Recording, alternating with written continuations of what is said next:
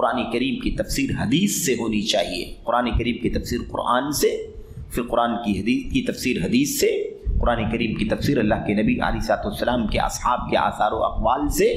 اس طرح سے یہ ترتیب ہے۔ لیکن آپ نے سنا کہ کس طرح سے بڑے بڑے نامور، اپنے آپ کو دائی اور فاضل سمجھنے والے، قرآن کریم کی تفسیروں کی رہنمائی کرتے وقت کس طرح سے اس چیز کو منفی بنا کر کے پیش کرتے ہیں۔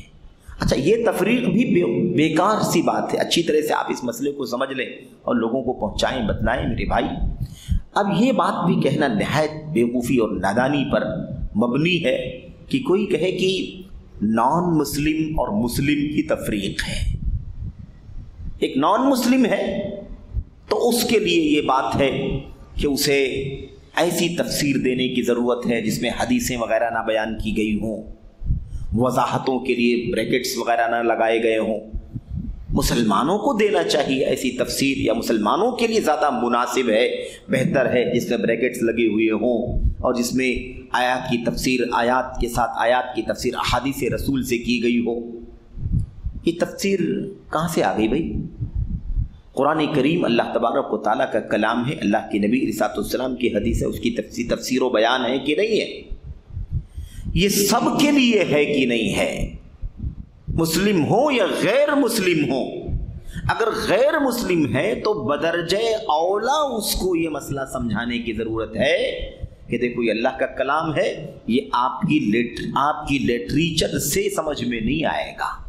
آپ عربک لینگویج سیکھ لیں، جیسے آپ انگریزی کے ایکسپرٹ ہیں ایسے آپ عربی کے ایکسپرٹ ہو جائیں تو اس سے بھی قرآن آپ کی سمجھ میں نہیں آئے گا۔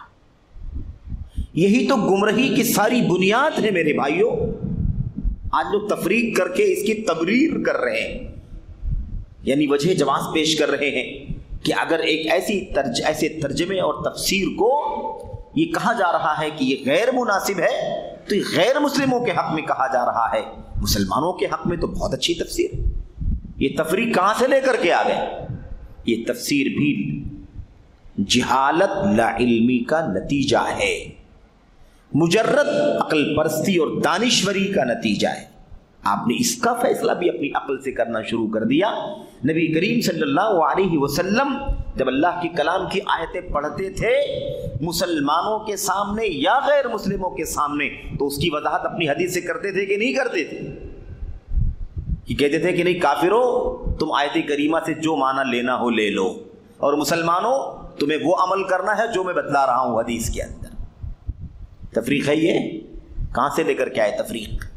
صرف اور صرف یہ اپنی لاجک ہے میرے بھائیوں۔ روز اول سے، اور آپ کو نہیں معلوم کہ حدیثوں میں کیڑے نکالنے کا کام اسی یورپ نے اور انگریزوں نے کیا ہے، مستشرقین جن کو کہا جاتا ہے۔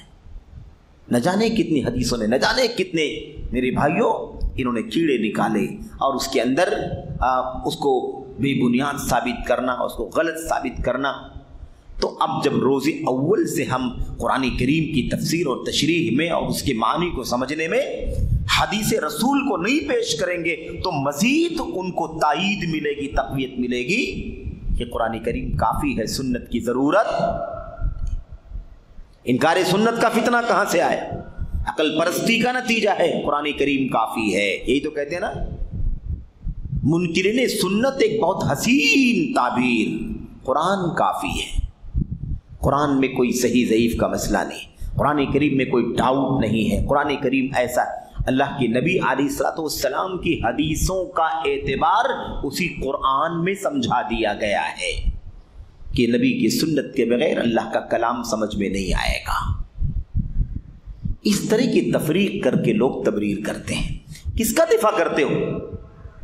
حیا کرو، شرم کرو کہ تمہیں کسی فرد بشر کا دفاع کرنا زیادہ عزیز ہے، زیادہ قیمتی ہے۔ اللہ کے کلام کی تفسیر کے بارے میں آپ کو غیرت نہیں آتی؟ نبی علیہ الصلوۃ والسلام کی سنتوں کی عظمت اور اہمیت کے سلسلے میں آپ کو غیرت نہیں آتی؟ یہ صورتحال ہے۔ جہالت اپنے عروج پر ہے، اپنے اوج پر ہے۔